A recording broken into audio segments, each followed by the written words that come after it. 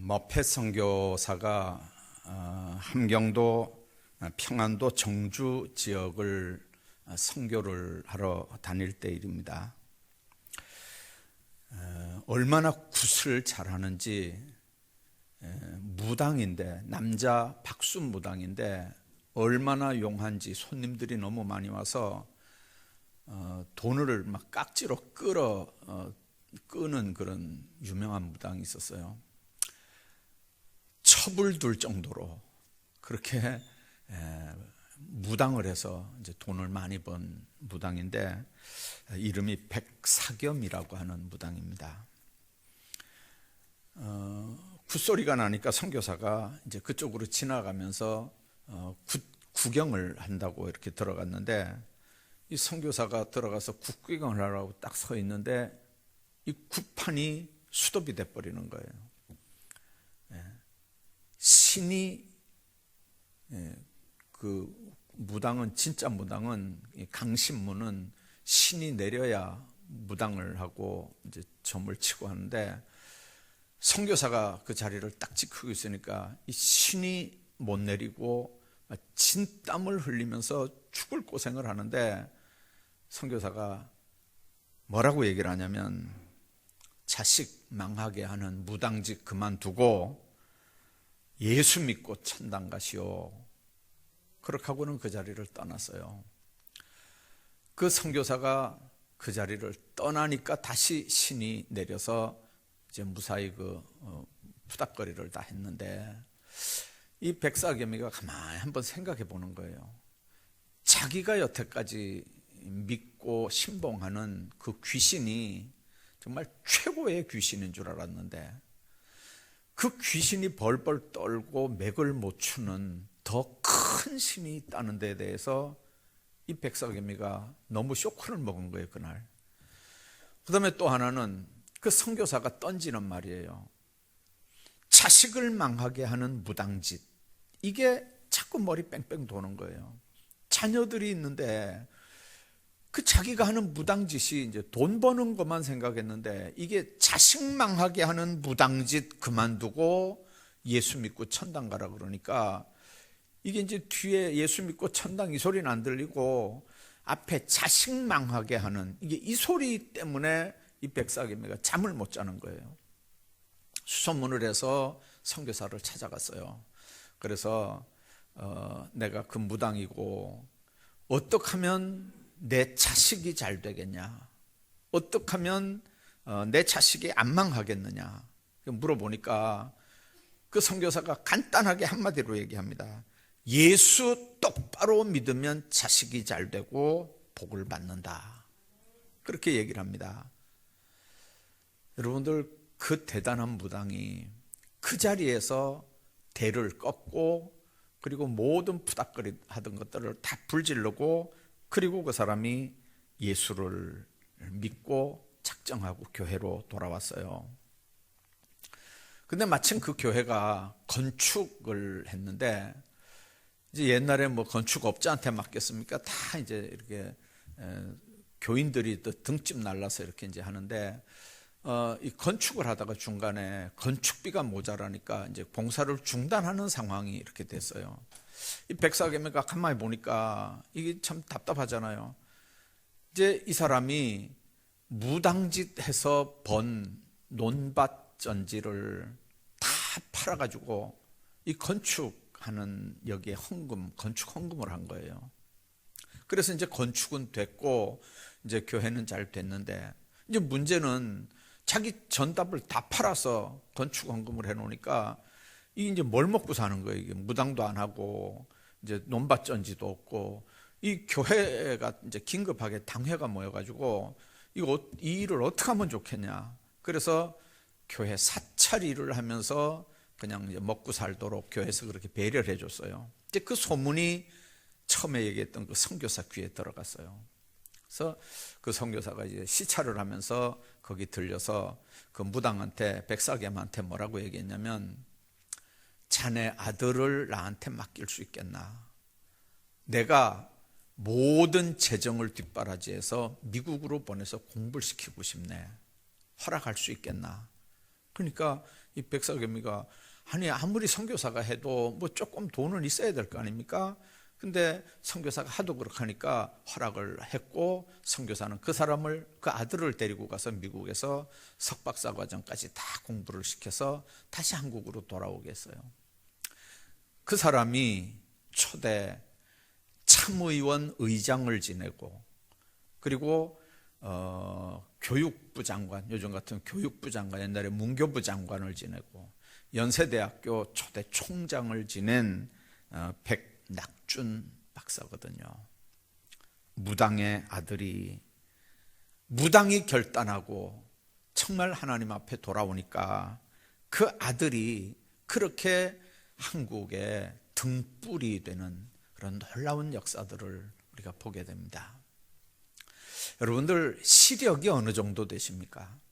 얼마나 멀리를 볼 수 있습니까? 우리가 이 시력을 이야기하면 매의 눈이라고 얘기하잖아요. 매는 사람의 8배 정도 잘 본대요. 이 매의 눈, 매의 황반에는 사람보다 5배가 많은 시각세포가 존재를 하기 때문에 그 5배나 많은 시각 이 세포를 가지고 사람보다 8배나 이렇게 잘 볼 수 있는 매. 그래서 우리는 이렇게 매의 눈 이런 얘기를 하는데, 사실은 매보다 더 잘 보고 멀리 볼 수 있는 게 타조라고 얘기를 해요. 이 타조는 10km 이상 떨어진 물체를 볼 수 있고요, 42m 정도 떨어진 거리를 지나는 개미도 다 볼 수 있는 눈을 타조가 가지고 있대요. 네, 여러분들 눈으로 그렇게 멀리 보고 잘 보고 이거 중요하지만 훨씬 바르게 보고 훨씬 성숙한 인생을 살려면 육신의 눈보다도 더 중요한 게 이 마음의 눈입니다. 멀리 볼 줄 알고 끝을 볼 줄 아는 눈, 한쪽만 보는 게 아니고 전체를 볼 줄 아는 눈, 이게 필요한 거거든요. 우리는 현재만 봅니다. 한 부분만 봅니다. 여러분들 때로는 아주 좁게 깊게 보는 주관도 필요해요. 그러나 원만하게 세상을 살려면 폭넓게 객관을 할 줄 알아야 되고요, 삼자적인 입장에서 전체를 볼 줄 아는 눈도 우리에게 있어야 됩니다. 만일 지금 권력을 잡고 있는 사람들, 자신보다 앞서 권력의 자리에서 내려온 사람들의 모습을 똑바로 본다면 이제 얼마 있지 않아 자기들도 다 내려올 거 아닙니까? 언젠가 그 자리에서 내려올 때가 있다는 걸 생각하고 내려올 때 모습을 미리 볼 줄 아는 눈, 그 눈을 가지면 지혜롭게 처신할 수 있거든요. 지금 건강하다고 병들었을 때 모습, 지금 젊다고 늙어서의 모습을 여러분들 망각하면 안 되거든요. 그걸 미리 볼 수 있는 마음의 눈이 필요하다고 말입니다. 이 눈이 밝아야 욕망과 아집, 교만에 빠지지 않습니다. 살아가면서 느끼는 게 사람의 미래는 참 알 수 없다는 점입니다. 내 운명도 내 장래도 사실은 내 인생인데도 내 앞날을 잘 알지 못해요. 하나님의 손에 달려있는 거거든요. 우리가 태어나고 싶어서 자원해서 태어난 사람 있나요? 내 앞길이지만 내 앞길을 우리가 모르잖아요. 다만 나는 하나님 믿고 그분께 의지하고 그분께 내 삶을 맡기면서 살아가는 것뿐이거든요. 나에 대한 모든 일은 하나님의 섭리 중에 이루어가는 겁니다. 오늘 본문에서 그 부분들을 모세의 삶에서 우리가 분명하게 봅니다. 여러분들 모세의 인생, 모세의 삶이 시작될 때 그 분위기 여러분들 아시죠? 바로에 의해서 태어나는 모든 남자는 다 죽이라고 하는 거예요. 그러니까 히브리인의 자녀, 남자로 태어나는 아이들은 모두 죽을 수밖에 없는 사회적 분위기, 그때 그때 모세가 태어납니다. 그런데 여러분들, 그 한 사람 한 사람을 향해 가지고 계신 하나님의 놀라운 섭리 속에 모세는 그 섭리들을 비집고 하나님이 친히 개입하셔서 역사하는 놀라운 사실들을 우리가 보게 되거든요. 우리 인생에 대한 하나님의 섭리의 비밀이 오늘 모세의 출생에서부터 시작이 되는 걸 우리가 압니다. 우리는 앞에 성경을 다 압니다. 그러니까 이스라엘 백성들이 애굽에서 얼마나 종살이하면서 힘들어서 정말 이 종살이에서, 이 압제에서 우리를 건져달라고 그들이 얼마나 하나님 앞에 부르짖으며 기도했습니까? 그 기도를 하나님이 들으시고 보낸 게 모세라고 하는 걸 압니다. 그러면 여러분들, 모세의 삶이 시작부터 좀 평탄해야 될 거 아닙니까? 근데 시작부터 죽을 수밖에 없는 그런 상황에서 모세가 시작이 되는 거거든요. 그러나 우리 인생의 하나님의 비밀은 놀랍게 존재하는 겁니다. 우선 우리가 생각해야 되는 건, 하나님은 설계도 같은 확실한 인생의 밑그림을 우리를 위해서 가지고 계신다고 하는 거예요. 밑그림이 있다는 거죠. 퍼즐 조각을 여러분들 맞춰본 경험들이 있죠. 집에서 아이들 이렇게 퍼즐 하는 거, 조각 그림 맞추는 거, 그거 여러분들 한 번씩 해본 경험이 있나요? 이렇게 보면 이렇게 비슷해서 갖다 대면 안 맞아요. 근데 애들은 뭐 금방 하지만, 여러분들 맞출 때는 모르는데 다 맞춰놓고 보면 전체 그림이 이렇게 딱 나오잖아요. 분명한 건, 그걸 만든 사람은 그 전체 그림을 머릿속에 넣어놓고 그걸 쪼가리를 만들고 그림도 그리고 그랬을 거 아닙니까? 만든 사람은 전체 조각, 전체 그림을, 밑그림을 가지고 그걸 만들었단 말이에요. 그러나 한 조각씩을 가지고 우리가 맞추려고 하면 이게 안 맞아지는 거예요. 못 맞추겠는 거예요. 근데 다 맞춰놓고 보면, 아, 그 그림이 그거였구나, 그 그림이 그거였구나. 조각들이 어떤 그림의 부분인지를 나중에 다 맞춰놓고 보면 알지만, 이제 그때는 사실은 모르거든요. 여러분들, 공주가 목욕하러 하수가 왜 내려왔겠습니까? 사실은 나일강이라는 데가, 여러분들 가보신 분들 알지만 목욕할 수 있는 안전한 곳도 있어요. 그러나 나일강 대부분은 악어가 출몰하는 지역입니다. 여러분들, 남자아이를 거기다 던지면 물에 빠져 죽지 않으면 다 악어 밥이 돼서 죽는 거예요. 자, 그 갈대 상자 속에 아기가 울었어요. 그리고 아기를 발견한 공주가 이게 히브리 아이인 줄 알면서도 이제 양자를 삼는 그런 불가사의한 모습들을 우리가 보잖아요. 그 모습을 보면서 또 미리암이, 누나가, 모세의 누나 미리암이 가서 유모를 구해줄까요? 이렇게 제안을 하거든요.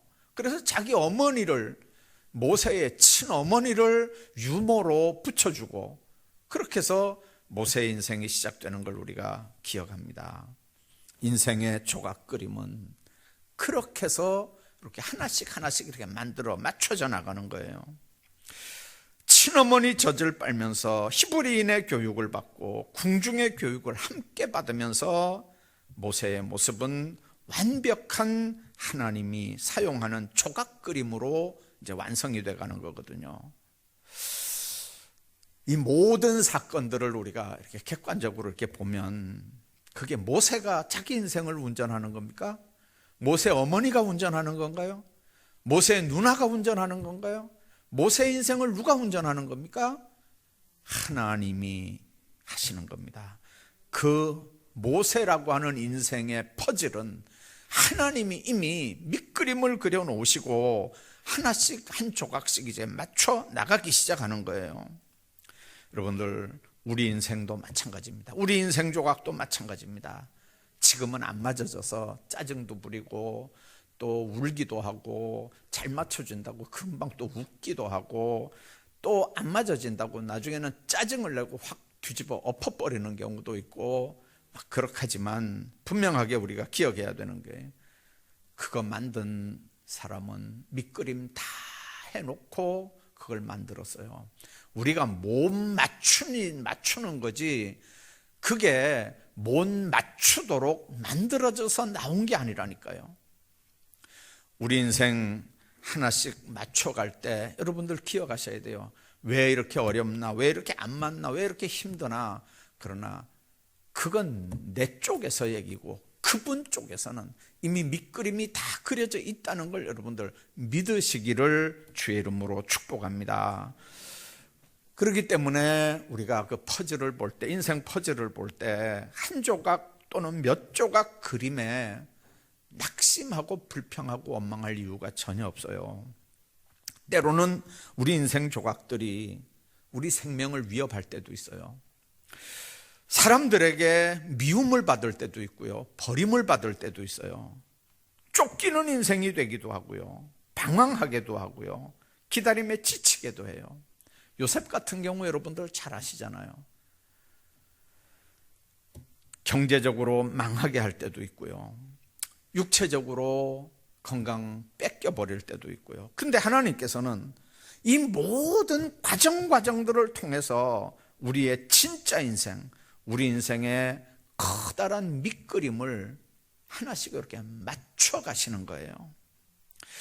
그렇기 때문에 우리 예수 믿는 사람들은 한 조각의 그림이 맞느냐 안 맞느냐 그거 가지고 울고 웃고 하면 안 돼요. 그것 때문에 낙심하고 좌절하고 그렇게 하면 안 돼요. 그것 때문에 특별히 하나님의 일을 하는 사람들이 하나님의 일을 집어 던져버리면 안 돼요. 몇 조각 그림이 인생의 전부인 것처럼 판단해서 안 된다고 말이에요. 커다란 퍼즐, 그림의 윤곽도 나오지 않는데 몇 개 조각 맞추다가 마음대로 안 된다고 울고 불고 불평하는 거, 그 하나님 자녀다운 모습 아니거든요. 한 조각 성공에 마음을 뺏기고 교만해하는 거, 그것도 웃기는 일이에요. 몇 조각의 실패와 아픔으로 낙심해서 전체 그림을 엎어버리고 마는 거, 이것도 더더욱 어리석은 일이고요. 아직 퍼즐은 완성되지 않았거든요. 여러분, 하나님의 섭리는 좋은 일들만 이렇게 연결해서 뭐가 만들어지도록 그렇게 하시는 게 아니고요. 하나님의 섭리는 악한 것으로도 얼마든지 선한 일을 이루어 가셔요. 아까 얘기했던 요셉도 악한 일, 나쁜 일, 안 좋은 일 계속 연결되는데 그게 다 좋은 일을 이루어 가시는 하나님의 과정들이었던 것처럼, 모세도 이스라엘 백성을 인도해내는 지도자가 되기 위한 시작부터, 태어나면서부터의 모든 과정들이 다 하나님의 선한 뜻을 이루어가는 과정이었던 걸 우리가 압니다. 요셉만 그랬습니까? 모세만 그렇습니까? 여러분들 아는 다윗은 안 그랬나요? 우리 믿음의 선배들이 어렵고 힘들어 인간적으로는 희망이 보이지 않고, 때로는 너무너무 억울한 일도 당하고 힘들어도 절대로 그 그림을 뒤엎어버리지 않았거든요. 왜 그렇습니까? 하나님은 그런 순간에도 역사하고 계신다는 사실을 그들은 믿었기 때문이에요. 이스라엘 백성들에게 바로의 명령은 깜깜한 흑암이었죠. 그러나 그건 하나님의 은혜 속으로 들어가는 섭리의 제1보 첫걸음일 뿐입니다. 만약 어머니가 모세를 포기하지 않았다면 하나님의 역사는 거기서 멈춰버리고 말았을 거예요. 애는 점점 커가는데 모세를 끝까지 끈안고 있다가 울음소리가 밖으로 나가면 모세만 죽는 게 아니고 모세 집안이 몰살하는 거잖아요. 여러분들, 모세 어머니가 감춰 키우다 결국은 들통이 나서 집안 끝났을 거예요. 그렇기 때문에 내 방법, 내 생각 고집해서는 안 돼요. 맞지도 않는 그림 조각을 억지로 끼워 넣으려고 애쓸 일도 아니고요. 확실한 건 하나님의 섭리는 우리 기대치를 넘어서 하나님의 방법으로 역사한다는 거죠. 하나님의 섭리 속에 모세를 맡기고 갈대 상자를 물에 띄웠더니 어떤 일들이 일어납니까? 여러분들 참 놀라운 게 이 갈대 상자라는 게 히브리 말로 테바라는 말이거든요. 이 테바라는 말이 단어가 노아 방주도 테바예요. 근데 여러분들 이 특징이 뭡니까? 그 테바를 통해서 노아 가족만 산 게 아니고 오늘 모세도 구원받는 거거든요. 이거는 키가 없잖아요. 그냥 상자, 이게 괴짝 같은 거예요. 큰 괴짝 같은 거거든요. 방주도 키가 없어요. 갈대 상자 키가 있습니까? 없어요. 그냥 물결 흐르는 대로 그냥 흘러가는 거예요. 바람 부는 대로 그냥 떠다니는 거예요. 그게 교회를 상징하기도 하고 하나님의 보호와 구원을 상징하는 거기도 하지만, 그러나 분명한 건 그 테바를 통해서 역사하시는 하나님의 손길이에요. 지금도 우리가 기억해야 됩니다. 하나님의 섭리에 모세를 맡기고 갈대 상자에 담아서 모세를 띄웠더니 하나님께서는 그날 바로 공주 미리암을 통해서 이렇게 동시에 모세는 엄마 품에 들어가게 되고 양아들로 공주 품에 들어가서 정말 왕궁에서 엄청난 훈련들을 받으면서 나중에 80년 후에 이스라엘을 이끌어낼 때 그 바로와 동등한 자리에서 바로를 대항할 수 있는 그릇으로 하나님이 40년 동안 훈련을 시키는 거죠. 여러분들, 우리가 알아야 되는 게 바로 이겁니다. 내 삶이 아무리 고통스럽고 아무리 괴로운 순간일지라도 거기에는 하나님이 개입하시고 계시고 그 일을 통해서 하나님은 선한 길로 인도하시는 도구로 그 모든 것들까지도 다 쓰신다는 사실이에요. 더 멀리 정하신 때를 위해서 우리가 할 수 있는 일은 하나님께 우리 자신 전폭을 맡기면서 그냥 순종하며 살아가는 일입니다. 주님의 생각은 우리 생각과 다르거든요. 하나님이 우리를 위해서 이미 그려놓으신 우리와 우리 자녀들을 위한 크고 아름다운 인생의 밑거름, 하나님께서는 그 놀라운 일들을 분명하게 이렇게 이루어 나가실 줄로 믿습니다. 하나님의 은혜와 축복들이 여러분들 모두의 삶 속에 함께 하시기를 간절히 바랍니다.